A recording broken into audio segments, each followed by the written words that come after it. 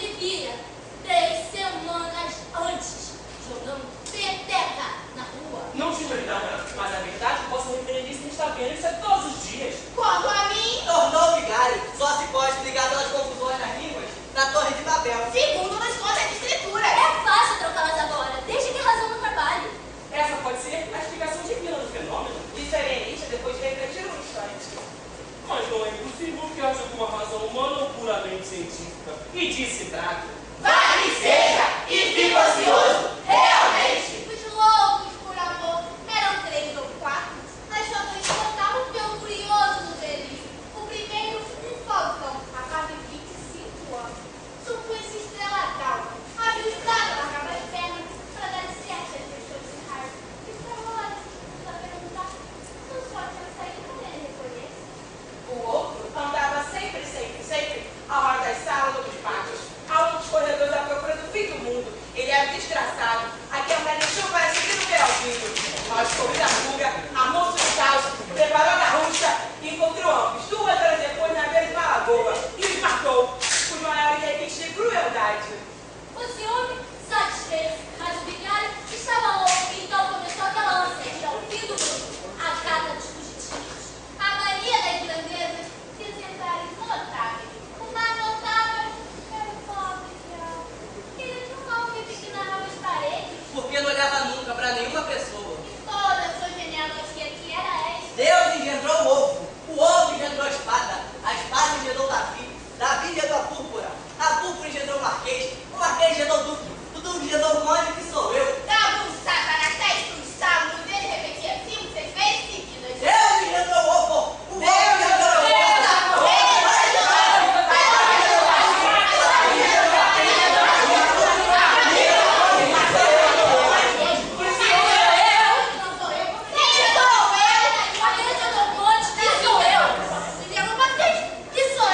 Outra mesma espécie era o escrivão seguinte do mordomo do rei. Outro, um boiadeiro de Minas, cuja mania era distribuir boiada a toda a gente. Dava 300 cabeças a um, 600 cabeças a outro, 1.200 não acabava mais. A fazer joalheirista era mais extraordinário do que todas que existiam na casa dele. Simão Bacamarte começou por organizar um pessoal de administração, além das ideias do boticário Crispim Soares. Aceitou também 2 sobrinhos, aprovado pela Câmara da distribuição de roupa e comida.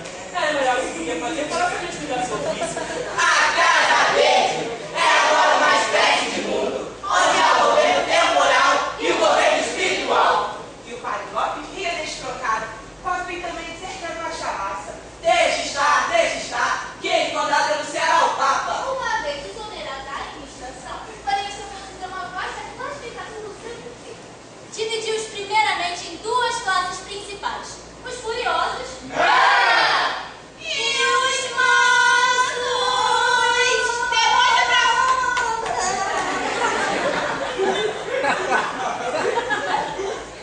Depois foi subclasse. Monomanias, delírios e alucinações diversas. Misto Preto começou a estudar durado e contínuo, analisando os hábitos de cada louco furioso, as horas de acesso, antipatia, uma descendente da família, enfim, uma devassa que não faria mais atilado do corregedor. E a cada dia notava-se uma observação nova, uma descoberta interessante. Ao mesmo tempo, estudava melhor o regime, as substâncias medicamentosas, os meios curativos e os meios paliativos, mas não só o que tinha pelos seus amados árvores, como também o que ele mesmo descobria. A força da sagacidade é a paciência. Ora, todo esse trabalho ia trabalho maior e mais tempo. Mal comia e mal dormia. E ainda comendo. Era como se trabalhasse. Porque ora questionava o texto antigo, ora combinava uma questão. E muitas vezes educava outro a jantar, sem dizer uma só palavra do detalhista. Capítulo 3. Din, din. Deus sabe o que faz.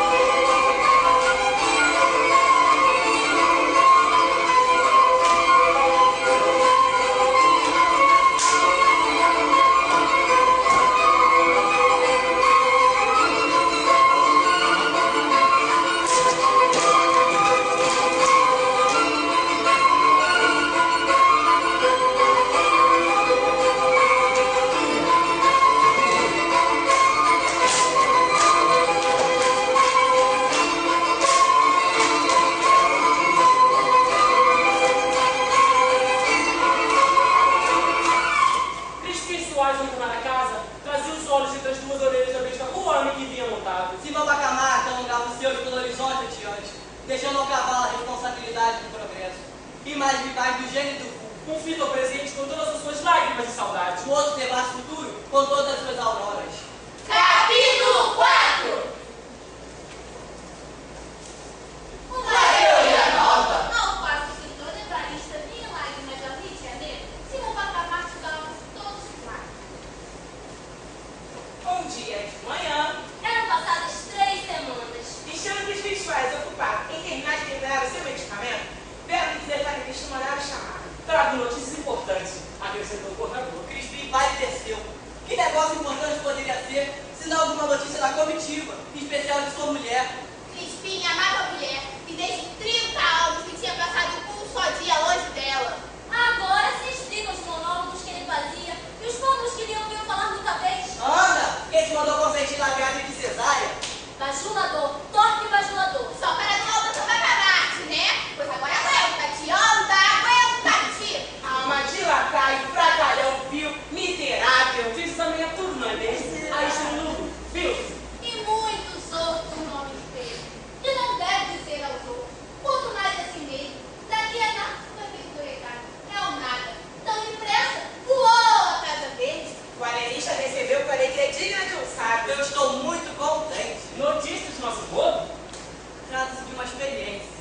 Mas é uma experiência que vai revolucionar a face da Terra. A loucura, até hoje objeto de meus estudos, era uma ilha perdida no oceano da razão. Chega a suspeitar que é um continente. E se isto para dominar o fato Depois, ele ficou completamente a sua ideia. No conceito dele, a Sânia abrangia uma vasta superfície de cérebro. Gracioso, muito gracioso. Exclamou que se lá levantando a mão aos céus.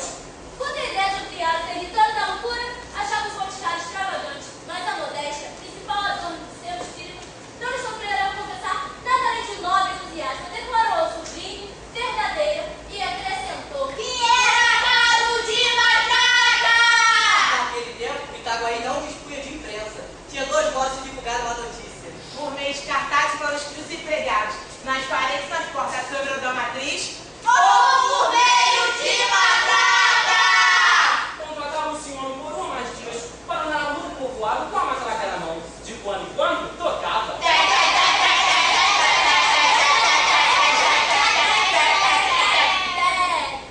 Reunia-se gente e anunciava o que lhe corriam. com a definição toca de todos os tempos, a loucura e a razão estão perfeitamente delimitadas. Sabe onde uma termina e onde outra começa. Para que transpor a cerca? Itaguaí no inverso ficava bem maravilhoso. Capítulo 5. O terror.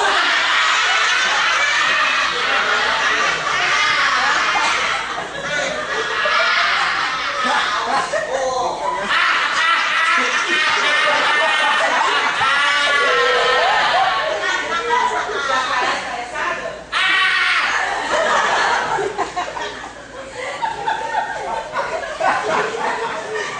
Quatro dias depois, a população ficou consternada ao receber a notícia que o servo pode foram recolhido a cada vez. Impossível! Qual impossível? Ele foi recolhido hoje de manhã. Mas na verdade ele não merecia. Depois de tudo que ele fez. Imagine se a população de Itaguaí começou Muita gente morreu a cada vez. E foi já o Bob Costa. Um pouco espantado, mas tranquilo, falando com clareza, mas sempre se perguntando por qual motivo tinha levado para lá.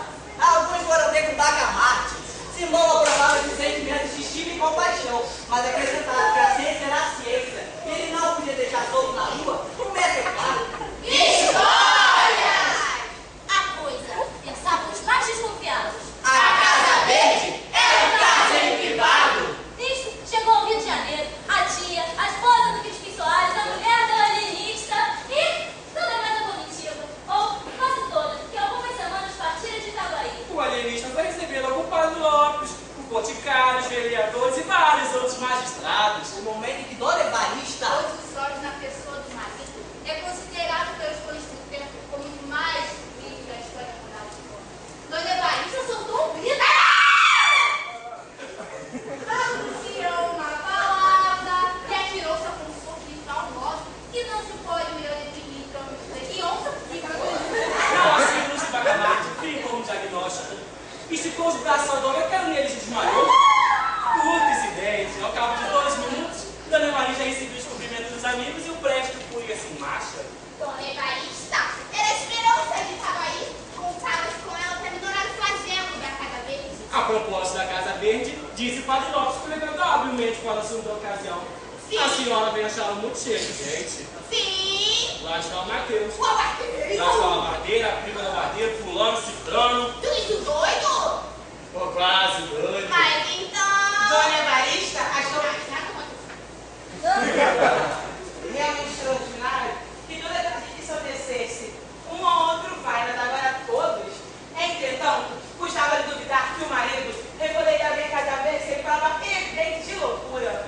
Devemos acabar com isso! Não podemos continuar. Abaixo a tirania! Querem botar violento na linha! Não eram gritos nas ruas, eram suspiros em casa. Mas não tardava nos gritos, o terror crescia. Avizinhava-se a rebelião. É preciso derrubar o tirano! É!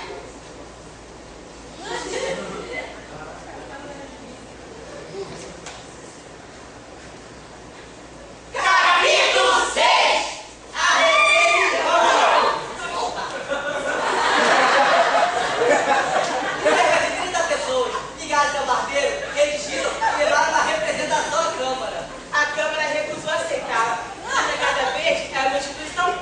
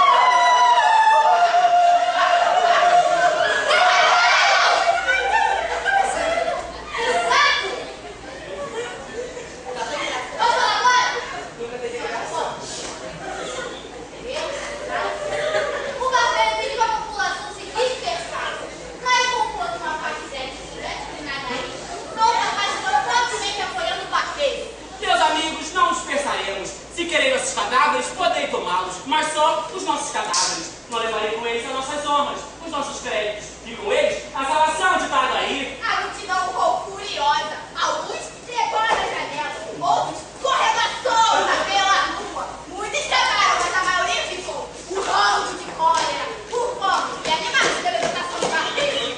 A derrota dos canjicas ficou iminente quando um terço dos dragões resolveu passar subitamente para o lado da rebelião. A Revolução Triunfante não perdeu um só segundo.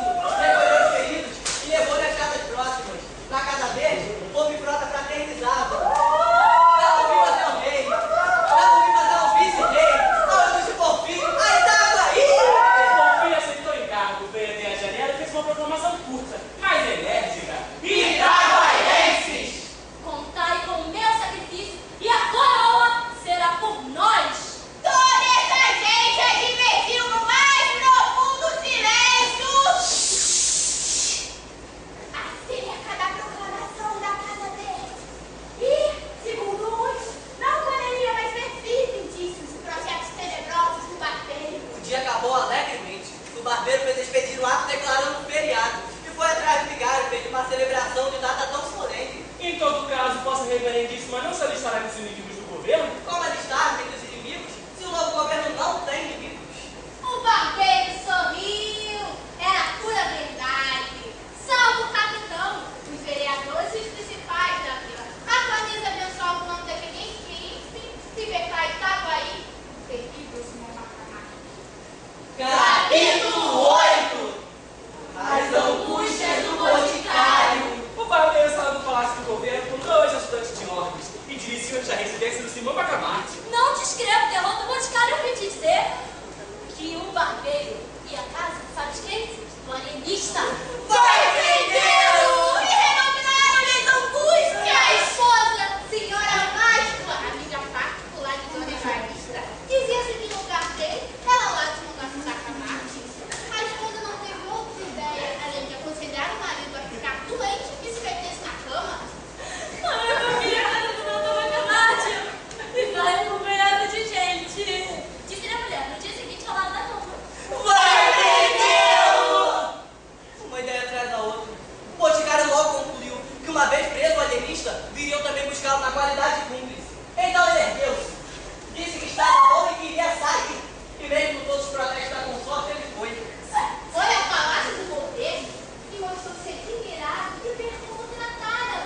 Deram-lhe cadeira, refrescos, elogios e disseram que sua senhoria não tardava. Tinha ido à Casa Verde, um negócio importante. Agora não tardava. Capítulo 9. 2 vinhos caros! Não tardou o alienista em receber o barbeiro.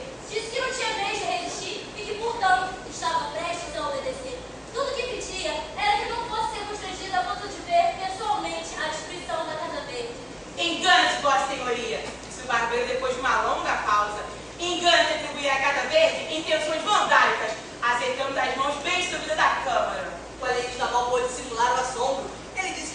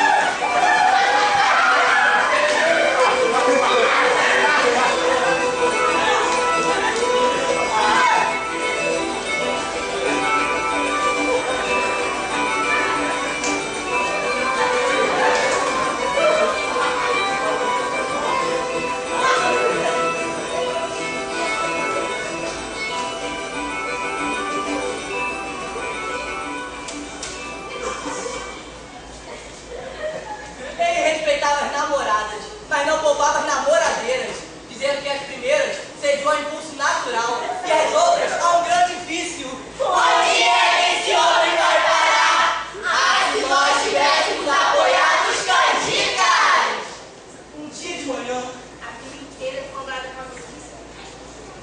Daqui a pouco a mulher do médico foi internada na Casa Verde. Mentira! Ninguém acreditou, mas era pura verdade. Dona Lisa foi omitida às 2 horas da madrugada. O padre Lopes não entendeu nada e foi lá e interrogou discretamente o alienista acerca do caso. O alienista, muito inteligente, explicou que o caso de Dona Evarista era de mania tupicariana, não curada, mas erradicada dos estudos. corpo desde 6 semanas. E a abnegação do ilustre médico deu-lhe grande realce. Com gesturas, diversões, desconfianças, tudo caiu por terra, desde que o alienista não resolveu recolher a Casa Verde a sua própria mulher, a quem ele amava, com todas as forças da alma. era um grande homem, austero. Capítulo 11. O assombro que estava aí. O assombro que estava aí.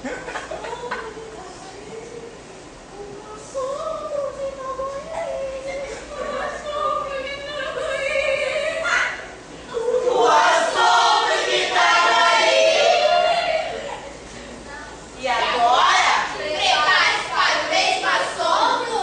Em que ficou a vila? A saber um dia que todos os lobos da Casa Verde iam ser postos na rua.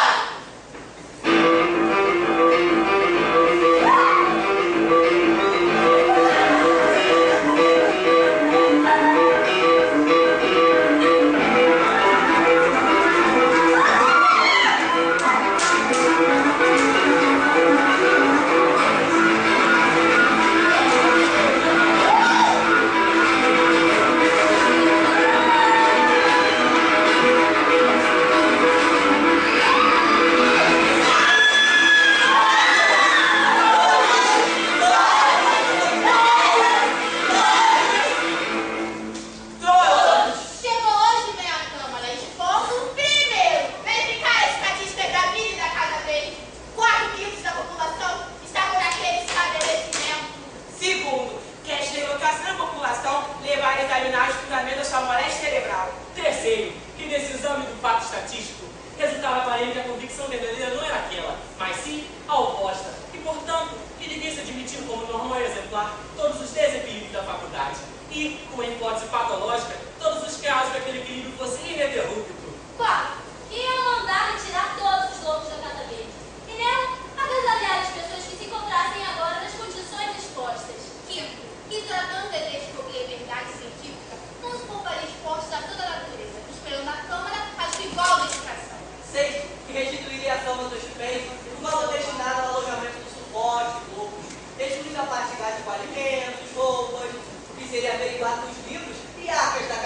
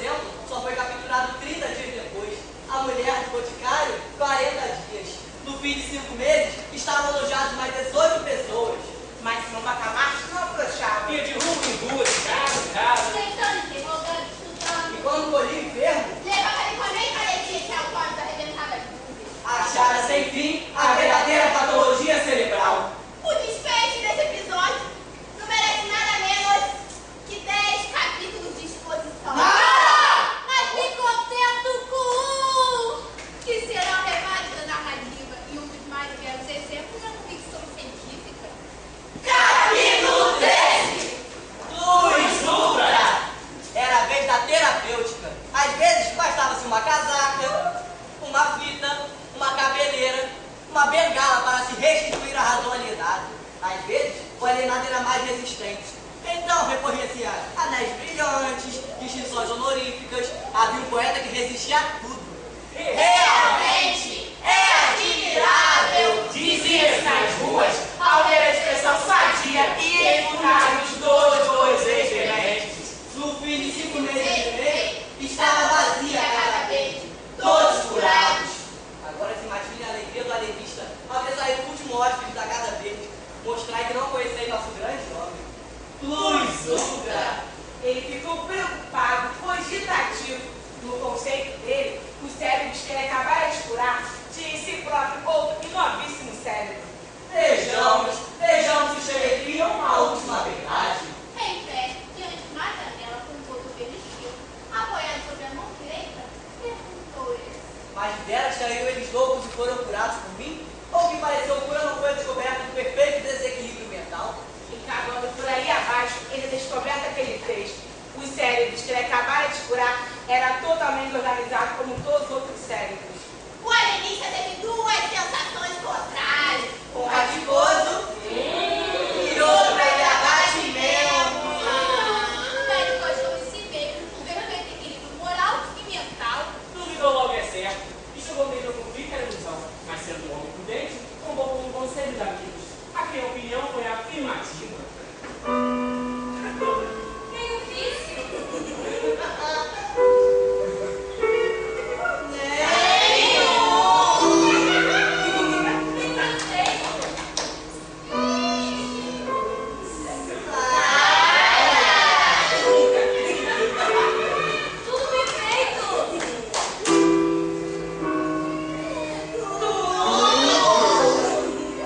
É impossível.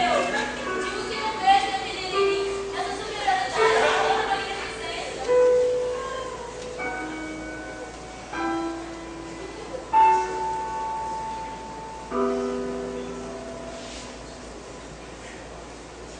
Era decisivo. Convocou Marcos, curvou a cabeça e trancou-se na casa dele. A questão é científica, dizia ele. Trata-se de uma nova doutrina, cujo primeiro exemplo sou eu. Eu em mim mesmo, a teoria prática. Simão, meu amor, disse a mulher com o rosto lavado em lágrimas. E o médico, com os olhos acesos da convicção científica, tampou os ouvidos da saudade da mulher, e ablandamente disse: fechada a porta da casa verde, dedicou-se à cura e ao estudo de si mesmo. Muitos chegaram ao ponto de conjecturar que nunca houve nenhum louco além dele. Mas essa opinião, fundada em boato, não tem outra confirmação, além do próprio boato. E boato duvidoso, pois é a tribo de Abade Lopes, que contando um pouco realçar as qualidades do grande homem. Dizem que ele morreu dali há 17 meses, no mesmo estado que entrou, sem ter podido alcançar nada.